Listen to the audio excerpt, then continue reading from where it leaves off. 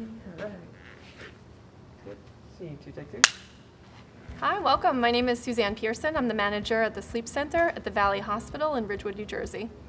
And I'm Dr. Jeffrey Barish, the medical director of the Center for Sleep Medicine at the Valley Hospital. We're here to bring you some tips on how to improve sleep. So we're going to get right into it. Our first tip is number 1. Stop video electronics, that's TV, computer, video games, at least a half an hour to an hour before bedtime. Reasoning behind it, Dr. Barish, can you explain about the blue light?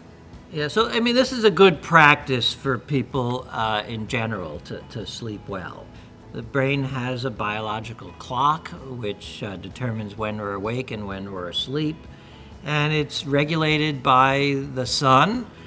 Bright lights, it turns out, are stimulating. They actually will suppress sleep, and that particularly occurs with white light and with the light in the blue and green ranges. We recommend being without these light exposures for about a half hour to an hour before bedtime, and it will enable melatonin to be produced by the brain, and that will facilitate the onset of sleep. Number 2, avoid alcohol, caffeine, or other stimulants within several hours of bedtime.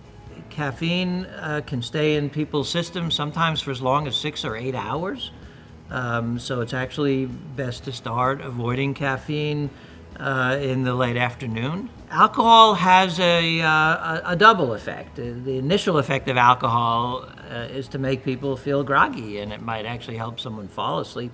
But when the alcohol wears off, there's then a stimulating effect. Why do you snore louder when you drink alcohol? Do you mind if I give an example? Oh, sure. Oh, I love this part.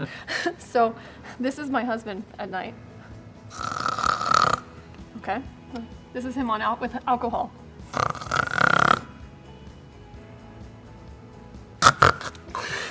Have you heard that before? Oh, absolutely. So what Suzanne is demonstrating there is actually snoring and apneas. Our muscle tone when we sleep is 1,000 times less than it is when we're awake.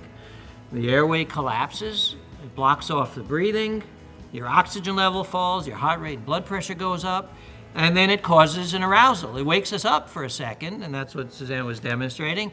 That's what enables us to breathe again. When you have the arousal, the muscle tone comes back, the airway opens, you take a breath or two, and then you fall back to sleep, and the whole thing starts all over again. The muscle tone drops, the airway collapses, and so forth. So next I want to talk about why is it so important to set up the bedroom to be able to, sleep, creating that environment for sleep and making sure that the only activities that we do in the bed are sleeping and sex. If you multitask in bed, what happens is that your brain will start to associate the bed with all these other activities. And then when people are ready for sleep, the brain is looking for those other activities and not for sleep. Maintain a regular sleep-wake schedule, especially waking up at the same time every day and using an alarm. We have an internal clock that we call the biological clock or the circadian pacemaker.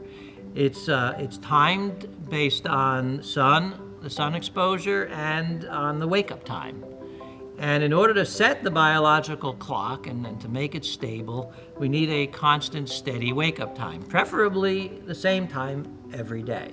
So I have a question. If I sleep in on the weekends, am I almost creating like a jet lag for myself? That's exactly what's happening. You're shifting your biological clock to a later time, so that you're going to get up later the next day and go to sleep later the next day. And come Monday, it becomes very difficult to wake up early again or to go to sleep That makes sense. Sunday night. Mondays are the worst day of the week for me. It's often the worst day of the week for a lot of people who have to wake up early and are sleeping in during the weekend. Makes sense. All right, next one. Do not remain in bed if not sleeping for over 30 minutes. Well, when people are having trouble sleeping, the natural tendency is just to try to wait it out. And what often happens is people start getting anxious about sleep, and they develop a performance anxiety. The harder they try, the more they can't. So what we recommend is to get up and sit in a chair and relax, and to do something audio. Not video, because light will inhibit falling back to sleep. Listen to the radio, listen to music, listen to an audio book or a podcast. And do that until you start to feel sleepy again. How do you know you're feeling sleepy? You can't keep your eyes open anymore.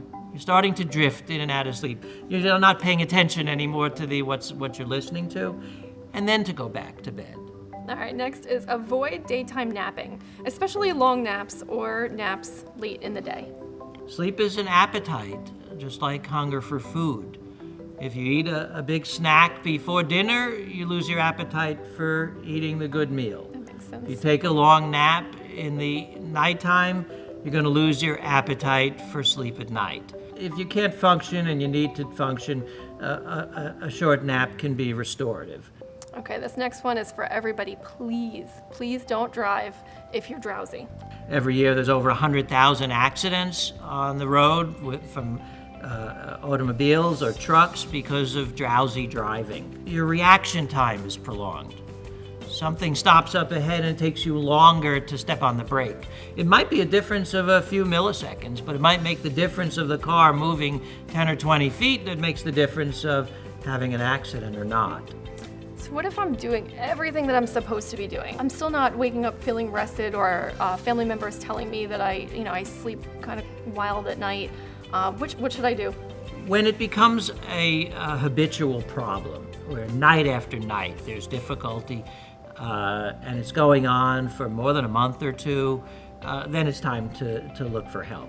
The other signals that it's important to get help with sleep are if you're developing daytime sleepiness. There may be a serious sleep problem, like sleep apnea, or movements during sleep that are disturbing sleep.